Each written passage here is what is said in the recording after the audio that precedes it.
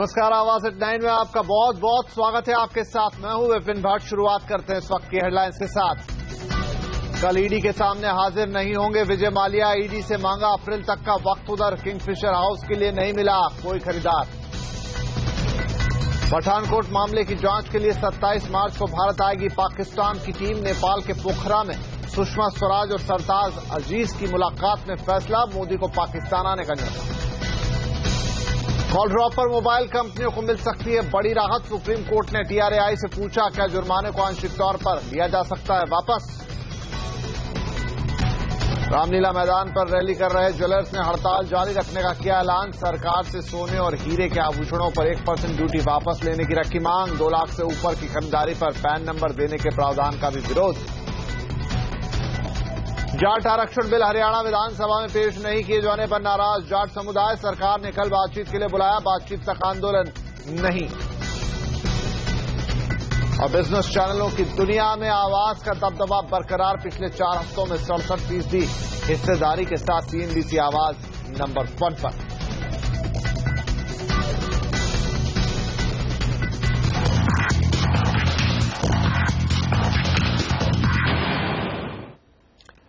माल्या हाजिर हो। जी हां, पूरा देश यही कह रहा है कि माल्या हाजिर हो, लेकिन माल्या का कहीं कोई अता पता नहीं है। माल्या से जुड़ी 3 तस्वीरें आप अपने टेलीविजन स्क्रीन पर देख रहे हैं और इन तीनों तस्वीरों में 3 कहानियां हैं। तो आगे हम इन तीनों तस्वीरों में छुपी खबर और कहानी आपको बताएंगे। सबसे पहले पहली तस्वीर की बात करते हैं। बैंकों का 9,000 करोड़ हजम करने वाले माल्या कल ईडी के सामने हाजिर नहीं होंगे। इस बात की जानकारी उन्होंने ईडी को दे दी है। उन्होंने ईडी के सामने पेश होने के लिए अप्रैल तक का वक्त मांगा है। ईडी ने मनी लॉन्ड्रिंग मामले में माल्या को 18 मार्च तक पेश होने का नोटिस दिया था। तो आखिर विजय माल्या ये कौन सा खेल खेल रहे हैं, बात करने के लिए हमारे साथ जुड़ रहे हैं हमारे ब्यूरो चीफ लक्ष्मण रॉय। लक्ष्मण, माल्या ने पेशी के लिए अब और वक्त मांग लिया है ईडी से, तो ईडी का अब अगला कदम क्या होगा, क्या कह रहा है आपके सूत्र, और क्या माल्या के कल आने की कोई उम्मीद तो अब बिल्कुल खत्म हो गई है? माल्या कहां होंगे, किसे पता? जो हमें सूत्रों से जानकारी मिली है उसके मुताबिक विजय माल्या के वकील ने यह कहा है कि विजय माल्या के पहले से कुछ तय जिम्मेदारियां हैं, उन्हें निभानी है। इस वजह से वो 18 तारीख को पेश नहीं हो सकते हैं। उन्हें अप्रैल के पहले हफ्ते की कोई तारीख दी जाए। अब सूत्र ये बता रहे हैं कि एनफोर्समेंट डायरेक्टरेट अप्रैल के पहले हफ्ते के आखिर के कोई दिन में विजय माल्या को पेश होने की तारीख तय कर सकते हैं। और इस बीच एनफोर्समेंट डायरेक्टरेट दूसरे तरीके से जांच को आगे बढ़ा रहा है। मिसाल के तौर पर यूबी ग्रुप और किंगफिशर एयरलाइंस ग्रुप के जो 2 पूर्व सीएफओ से पूछताछ की गई थी, उसमें अब तक कुछ ठोस हाथ नहीं लगा है, लेकिन उनसे कुछ दस्तावेज मांगे गए हैं। इस बीच आईडीबीआई के अधिकारियों के साथ अगले हफ्ते पूछताछ की जाएगी। दूसरे बैंकों के अधिकारियों के साथ भी पूछताछ की जाएगी। और शुरुआती जांच में जो अंदेशा मजबूत हो रहा है वो ये है कि विजय माल्या ने अपने पिताजी की यानी विट्ठल माल्या के ट्रस्ट में पैसे का ट्रांसफर किया। तो इस नजरिए से भी पूछताछ को और जांच को आगे बढ़ाने की कोशिश में जुटा ईडी। राइट। तो लक्ष्मण, इधर सीबीआई भी जांच में जुटी हुई है। सीबीआई की जांच कहां तक पहुंची? सीबीआई की जांच भी कमोबेश एनफोर्समेंट डायरेक्टरेट की जांच की दिशा की तरफ ही आगे बढ़ रही है। और इसमें सीबीआई ने यह पाया कि करीब 5 लाख ट्रांजैक्शन किए गए विजय माल्या के मामले में, और उनमें से 60% ट्रांजैक्शन जो है वो विदेशी खातों में किए गए और विदेशों में किए गए। अब इसमें से जिन जिन देशों में किए गए उनमें से 4 खास देशों की पहचान की गई है, और उन देशों में जो ट्रांजैक्शन किए गए हैं उसकी जांच में सीबीआई जुट गई है। और सीबीआई सिर्फ आईडीबीआई ही नहीं बल्कि 17 जो कुल बैंकर थे जिन्होंने कर्ज दिया था विजय माल्या को, इसकी भी जांच कर रही है। और ये देखने की कोशिश में जुटी है सीबीआई कि आखिर इस लोन देने में नियमों की किस तरह की अनदेखी हुई। क्या इसमें सिर्फ बैंक के अधिकारी ही शामिल थे या फिर कोई बाहर से दबाव डाला जा रहा था। तो इन तमाम नजरियों से सीबीआई जांच में जुटी है। और सीबीआई के भी कम से कम यही अंदेशा है कि यहां से कर्ज लेकर के पैसा बाहर ट्रांसफर किया गया है। जी लक्ष्मण, बहुत शुक्रिया जानकारी के लिए। लेकिन इससे पहले माल्या से कर्ज वसूली की उम्मीद लगाए बैंकों का जोर का झटका लगा है। मुंबई स्थित किंगफिशर एयरलाइंस के हेडक्वार्टर्स का कोई खरीदार नहीं मिल पाया। आज बैंकों ने ई ऑक्शन के जरिए केएफए की बोली लगवाई थी। 17,000 स्क्वायर फीट पर बने किंगफिशर हाउस का रिजर्व प्राइस 150 करोड़ रुपए तय किया गया था। जानकारों का कहना है कि बैंक ने रिजर्व प्राइस काफी ऊंचा रखा। केएफए हाउस के लिए करीब 90,000 रुपए पर स्क्वायर फीट की कीमत मांगी गई, जबकि अंधेरी ईस्ट में 30 से 40,000 रुपए प्रति स्क्वायर फीट की कीमत का भाव चल रहा है। बीकेसी जैसे पॉश इलाकों में भी 45,000 रुपए प्रति स्क्वायर फीट से ज्यादा का भाव नहीं है। जानकारों का कहना है कि केएफए हाउस की कीमत 55 से 60 करोड़ रुपए से ज्यादा नहीं है, जबकि मांगी गई 150 करोड़ रुपए। तो वक्त का पहिया कैसे घूमता है ये कोई विजय माल्या से पूछे। एक जमाना था जब माल्या अपने गुड लुक्स और गुड लक के लिए जाने जाते थे। उनके पास ऐशो आराम की हर सुविधा थी। आजकल सोशल मीडिया पे माल्या का एक पुराना इंटरव्यू वायरल है। 1998 के इस इंटरव्यू में एक टीवी एंकर विजय माल्या से बात कर रही हैं। चर्चा हो रही है माल्या के शौकीन जिंदगी की। वो समय था जब माल्या भारत के पावरफुल बिजनेस टाइकून्स में गिने जाते थे।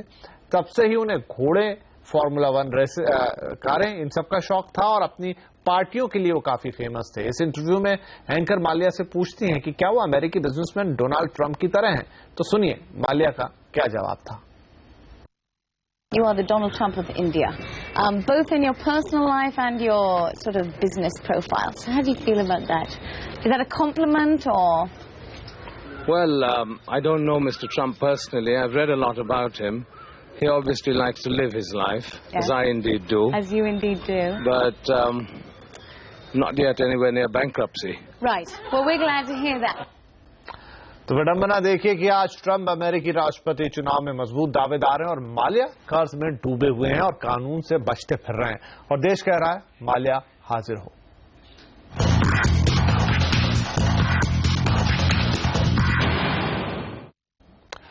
इधर वित्त मंत्रालय डिफॉल्टर्स की समस्या से निपटने के लिए सख्त से सख्त कानून बनाने की तैयारी में है। इस बारे में वित्त मंत्रालय के अधिकारियों की सोमवार को बैंकर्स के साथ एक बैठक है। जानकारी के मुताबिक जानबूझकर कर्ज न चुकाने वालों पर आपराधिक मामला चलाया जाएगा।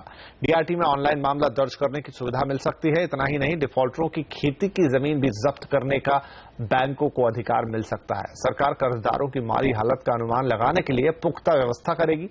डेट रिकवरी ट्राइब्यूनल यानी डीआरटी के अधिकार बढ़ाने की तैयारी है।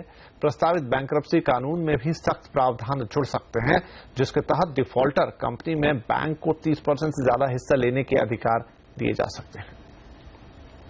तो क्या टेलीफोन उपभोक्ताओं की उम्मीदें बेमानी साबित होने जा रही हैं? क्या अब कॉल ड्रॉप पर हर्जाना नहीं मिलेगा? ये सवाल इसलिए उठ रहे हैं क्योंकि आज सुप्रीम कोर्ट ने ट्राई से पूछा है कि क्या हर्जाने को पार्शियली रोल बैक किया जा सकता है। इसका मतलब यही समझा जा रहा है कि शायद अब कॉल ड्रॉप होने की सूरत में कंपनियों पर कम जुर्माना लग सकता है। कोर्ट ने आज जब ट्राई से पेनल्टी रोल बैक करने पर राय मांगी तो ट्राई के दस्तावेजों को ही आधार बनाया। ट्राई ने कोर्ट को बताया था कि कॉल ड्रॉप की 17 वजह हैं। तो कोर्ट ने पूछा कि क्या कॉल ड्रॉप में कंपनियों की गलती साबित करने का कोई फॉर्मूला ढूंढा जाना चाहिए। अब ट्राई को इन सवालों का जवाब देना है। आपको बता दें कि ट्राई ने कंपनियों से प्रति कॉल ड्रॉप उपभोक्ताओं को ₹1 जुर्माना देने के लिए कहा था। हालांकि ये जुर्माना एक दिन में अधिकतम ₹3 तक तय किया गया था। ट्राई के इस आदेश के खिलाफ टेलीकॉम कंपनियां कोर्ट चली गई थी। इधर वोडाफोन और सरकार में एक नई जंग छिड़ने के संकेत मिल रहे हैं। दरअसल सरकार चाहती है कि वोडाफोन की 4 सब्सिडरीज को एक में मिलाने संबंधी खातों का ऑडिट हो। वोडाफोन इसके खिलाफ हाईकोर्ट में चली गई है। इससे पहले सरकार की ओर से टैक्स के लिए वोडाफोन को नोटिस भेजा गया था, जिस पर सरकार को सफाई देनी पड़ी थी। यही टेलीकॉम से जुड़ी एक और बड़ी खबर है। वीडियोकॉन और भारती एयरटेल के बीच स्पेक्ट्रम बिक्री का एक बड़ा करार हो गया है। करार के तहत वीडियोकॉन 6 सर्किल में स्पेक्ट्रम के राइट्स भारती को बेच देगी। ये सौदा 4,428 करोड़ रुपए में होगा। डील में बिहार, उत्तर प्रदेश, मध्य प्रदेश सर्किल का स्पेक्ट्रम शामिल है। आपको बता दें कि कल ही वीडियोकॉन और आइडिया के बीच गुजरात और वेस्ट यूपी के स्पेक्ट्रम बिक्री की डील टूट गई थी। आसमानी आफत यानी बेमौसम बारिश ने दिल्ली, मुंबई समेत देश के कई हिस्सों में हरी सब्जियों की कीमत को आसमान पर पहुंचा दिया है। दिल्ली के थोक बाजार में दाम करीब 58% तक बढ़ गए हैं। सबसे ज्यादा तेजी है गोभी, शिमला मिर्च, हरी मिर्च की कीमतों में। गोभी जो थोक बाजार में पिछले दिनों 427 रुपए प्रति क्विंटल बिक रही थी, वो अब 673 रुपए प्रति क्विंटल पर पहुंच गई है। उसी तरह हरी मिर्च 3,266 रुपए प्रति क्विंटल से बढ़कर 4,210 रुपए के भाव पर चली गई है। शिमला मिर्च की कीमत 1,683 रुपए से बढ़कर 1,750 रुपए को पार कर गई है। इधर बेमौसम बारिश आम लोगों की जेब पर भारी पड़ रही है। अगले 3 महीने यानी करीब नई फसल आने तक दामों में तेजी रहेगी। दिल्ली के खुदरा बाजार में सब्जियों के भाव का जायजा लिया है हमारे संवाददाता अर्नव वसावड़ा ने। बेमौसम बारिश आम आदमी की जेब पर भी महंगी पड़ रही है। वजह यह है कि दिल्ली में जो पिछले दिनों बारिश हुई उसके चलते दिल्ली के थोक बाजार में कुछ सब्जियों के दाम जैसे कि गोभी, हरी मिर्च, शिमला मिर्च, इनके जो दाम है वो करीब 58% तक बढ़ गए हैं। हरी मिर्च जो है यहाँ पर जो बारिश से पहले जो ये करीब 50 रुपए किलो बिकती थी वो आज यहाँ खुदरा बाजार में, दिल्ली की खुदरा बाजार में ये करीब 80 से 100 रुपए किलो बिक रही है। इसके अलावा अगर हम बात करें तो शिमला मिर्च यहाँ पर जो कुछ दिनों पहले जो शिमला मिर्च 40 रुपए किलो बिक रही थी वो आज करीब 50 रुपए किलो यहाँ पर बिक रही है। साथ में गोभी की यहाँ पर कीमत में बढ़ोतरी देखने को मिल रही है और जो कुछ दिनों पहले यानी कि बारिश से पहले गोभी की कीमत जो है वो करीब 20 रुपए किलो थी वो आज बढ़कर 30 रुपए किलो तक पहुंच गई है। और जानकारों की माने तो नई फसल जब तक नहीं आती है बाजार में तब तक ये जो दामों में तेजी है वो दिखाई दे सकती है। अर्णव वसावड़ा, दिल्ली। मुंबई में बारिश तो नहीं हुई लेकिन यहां भी बाजार में कीमतें आसमान पर हैं। नवी मुंबई की थोक मंडी में फसलें नहीं आने से भाव आसमान पर चढ़े हुए हैं। कुछ सब्जियों की कीमतें दोगुनी तक बढ़ी हैं। कई सब्जियों की कीमतों में 30 रुपए तक का इजाफा हो गया है। मटर की कीमत 40 रुपए से बढ़कर 80 रुपए तो भिंडी 50 से बढ़कर 60 पर पहुंच गई है। करेले का भाव जो पहले 60 रुपए प्रति किलो था वो 80 पे पहुंचा है। इसी तरह लौकी, शिमला मिर्च और गोभी के भाव भी बढ़े हुए हैं। राजस्थान सरकार ने उदय योजना के तहत 28,455 करोड़ के बॉन्ड बैंकों को बेचे हैं। एसएलआर में शामिल न होने के बावजूद राजस्थान सरकार के उदय बॉन्ड 8.39% की ब्याज दर पर इशू हुए हैं, जो हाल में जारी एसएलआर बॉन्ड की दर 8.55% से कम है। सरकार ने ये बॉन्ड राज्य बिजली बोर्ड के लोन के एवज में जारी किए हैं। उदय बॉन्ड पर कम ब्याज और बिजली बोर्ड के लोन पर ब्याज ज्यादा होने से बैंकों को सालाना 600 करोड़ का नुकसान होने की आशंका है। हालांकि उदय बॉन्ड राज्य सरकार ने जारी किए हैं, इसलिए इस पर कोई जोखिम नहीं है। इसलिए बैंकों का 1800 से 2000 करोड़ रुपए कैपिटल फ्री हो जाएगा। सूत्रों का कहना है कि राज्य सरकार ने बैंकों को जबरन ये बॉन्ड जारी किए हैं। पता चला है कि it was a communication gap. कुछ बैंकों ने देरी की उनकी अप्रूवल करने में। 26 बैंक थे, उसमें 20 बैंकों ने अप्रूव कर दिया था। 3 लीड बैंक्स थे, तीनों लीड बैंक्स ने अप्रूव कर दिया था। बाकी 6 बैंक्स में विलंब हो रहा था अप्रूवल का। तो शायद ये जानकारी मिली है, उसमें हमारा कोई रोल नहीं है, केंद्र सरकार का। राज्य सरकार और आरबीआई के बीच तय हुआ कि ऐसे इंडेफिनेटली वेट नहीं किया जा सकता एक बैंक के लिए, और उन्होंने मिलकर निर्णय लिया। तो यहां पर आवाज एट 9 में वक्त हुआ एक छोटे से ब्रेक का। ब्रेक के बाद बताएंगे आपको कि वो कौन सी दवाएं जो आपके घर में रखी हैं लेकिन आपके लिए हैं बेहद खतरनाक। देखिए पूरी लिस्ट इस ब्रेक के बाद।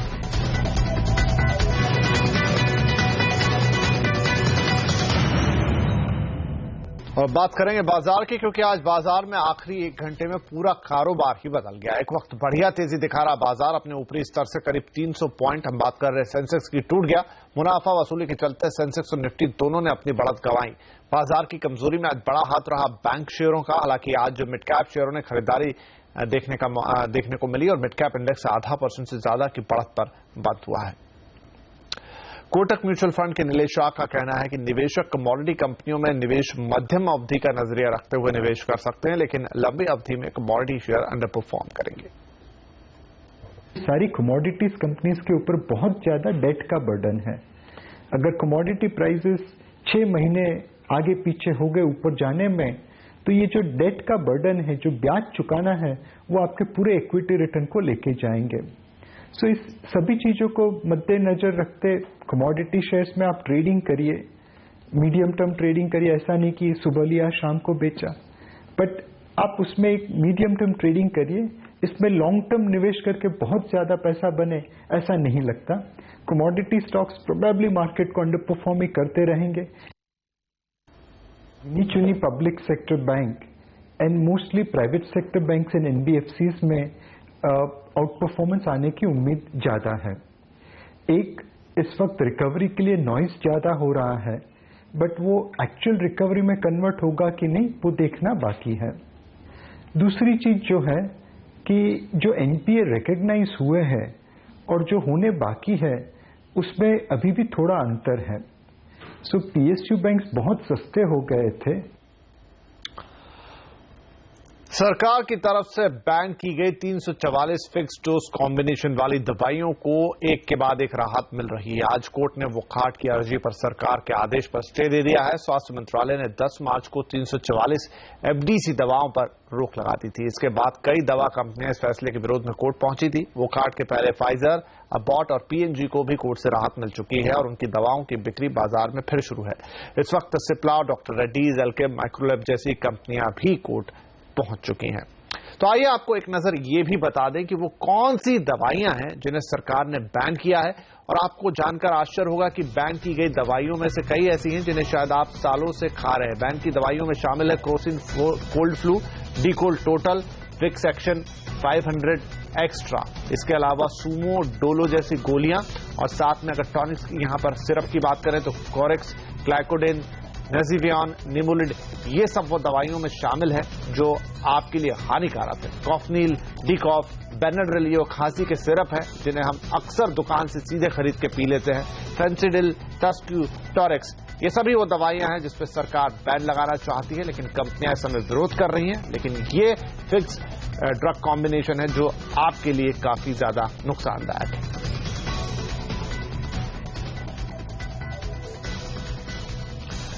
जाने माने फिजिशियन डॉक्टर मोहसिन वली का कहना है कि शरीर में गैर जरूरी दवाएं जा रही हैं जिन्हें शरीर में जाने से रोका जाना चाहिए और इसीलिए एफडीसी दवाओं पर रोक जायज है।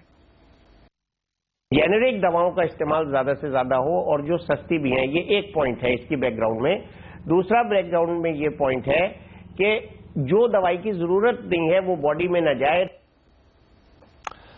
अब कुछ और खबरों का रुख करेंगे। पाकिस्तान ने प्रधानमंत्री नरेंद्र मोदी को इस्लामाबाद आने का न्योता दिया है। आज नेपाल के पोखरा में विदेश मंत्री सुषमा स्वराज और पाकिस्तान के विदेश मामलों के सलाहकार सरताज अजीज के बीच मुलाकात हुई। सुषमा स्वराज ने इस मुलाकात को सकारात्मक बताया। साथ ही पठानकोट हमलों पर सरताज अजीज से खुलकर बातचीत की। इस मुलाकात के बाद विदेश मंत्री सुषमा स्वराज ने बताया कि पठानकोट हमलों की जांच के लिए ज्वाइंट इन्वेस्टिगेशन टीम 27 मार्च को भारत आएगी और 28 मार्च से पठानकोट हमलों की जांच शुरू कर दी जाएगी। अब जब मैं और सरताज साहब मिले तो पठानकोट की बात ना हो ऐसा तो हो नहीं सकता। तो पठानकोट की बात भी हमारी हुई और मुझे खुशी है कि जो इतने दिनों से आप प्रतीक्षा कर रहे थे जेआईटी कब आएगी, ज्वाइंट इन्वेस्टिगेशन टीम की कोई तारीख तय हुई या नहीं हुई, तो वो तारीखें भी तय हो गई हैं। 27 तारीख की रात को ज्वाइंट इन्वेस्टिगेशन टीम भारत पहुंचेगी और 28 तारीख से अपना काम शुरू करेगी। ये जो हमारी साख की समिट हो रही है 9 और 10 नवंबर को इस्लामाबाद में, उसका formal invitation letter prime minister of India के नाम इनको पेश किया और इन्होंने शुक्रिया अदा किया और उम्मीद जाहिर की कि कामयाबी से साख की समिट होगी। 31 मार्च को प्राइम मिनिस्टर साहब भी वाशिंगटन जा रहे हैं, नवाज शरीफ साहब भी, प्राइम मिनिस्टर मोदी भी जा रहे हैं, नवाज शरीफ साहब भी वहां जा रहे हैं। तो उम्मीद तो है कि दोनों की मुलाकात होगी। हरियाणा में आरक्षण के लिए 72 घंटे का जाट समुदाय का अल्टीमेटम आज खत्म हो रहा है। ऐसे में सरकार ने 18 मार्च की दोपहर को जाट नेताओं को चर्चा के लिए बुलाया है। अब तक सरकार ने सभी से शांति बनाए रखने की अपील की है। बता दें कि जाट आरक्षण की आग में झुलस रहे जनजीवन को सुधारने की कोशिश में सरकार कदम उठाने की बात कर रही है और हरियाणा में सुरक्षा व्यवस्था को बढ़ा दिया गया है। एक्साइज ड्यूटी के विरोध में ज्वेलर्स का गुस्सा दिन पर दिन बढ़ता जा रहा है। सरकार के फैसले के विरोध में आज दिल्ली के रामलीला मैदान पर देश भर के ज्वेलर्स जमा हुए। ज्वेलर्स ने प्रधानमंत्री और वित्त मंत्री को दुल्हन की तरह सजाया और खुद को लूटने का आरोप लगाया। बाकायदा उनके पोस्टर्स पर गहने भी पहनाए गए।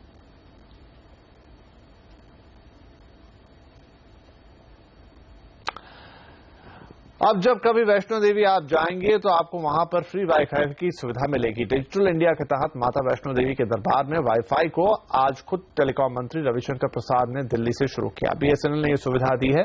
30 मिनट के लिए आपको मुफ्त वाईफाई मिलेगा। इसके लिए बाद भी अगर आपको वाईफाई यूज करना है या इस्तेमाल करना है तो इसके लिए आपको सब्सक्रिप्शन लेना होगा। टीम इंडिया के कप्तान महेंद्र सिंह धोनी की कार को लेकर एक बड़ा खुलासा सामने आया। दरअसल माही के पास जनरल मोटर्स की हैवी कार हमर है, लेकिन झारखंड के ट्रांसपोर्ट विभाग में इस कार का रजिस्ट्रेशन महिंद्रा एंड महिंद्रा की कार स्कॉर्पियो के नाम पर हुआ है। धोनी ने मई 2009 में हमर खरीदी थी, जिसका registration Ranchi district transport officer से कराया गया। उस वक्त आरटीओ की लिस्ट अपडेटेड नहीं थी और हमर का रजिस्ट्रेशन स्कॉर्पियो पर कर दिया गया। इससे सरकार के रेवेन्यू की मोटी चपत लगी है। नियमों के मुताबिक हमर के रजिस्ट्रेशन में 4 लाख रुपए खर्च होते हैं, जबकि स्कॉर्पियो का रजिस्ट्रेशन 53,000 रुपए में हो जाता है। हालांकि अब ट्रांसपोर्ट विभाग थोनी को नोटिस भेजने की तैयारी कर रहा है। देश के नंबर 1 बिजनेस चैनल सीएनबीसी आवाज की बादशाहत बरकरार है। साल के 5वें से 10वें हफ्ते की अवधि में आवाज का मार्केट शेयर 67% रहा है। यही नहीं, आवाज लगातार 6 हफ्तों से नंबर 1 की पोजीशन पर कायम है। बाजार खुले रहने के दौरान आवाज का मार्केट शेयर 75% रहा है, यानी देश के 3/4 दर्शक बाजार से जुड़ी खबरों और उनके विश्लेषण के लिए सीएनबीसी आवाज को ही पसंद करते हैं। हम आपको ये भी बता दें कि देश के उन शहरों में जिनकी आबादी 10 लाख से ज्यादा है, वहां आवाज का मार्केट शेयर 68% रहा है और ये सब आप दर्शकों की बदौलत हुआ है, इसलिए हम आपको तहे दिल से शुक्रिया अदा करते हैं।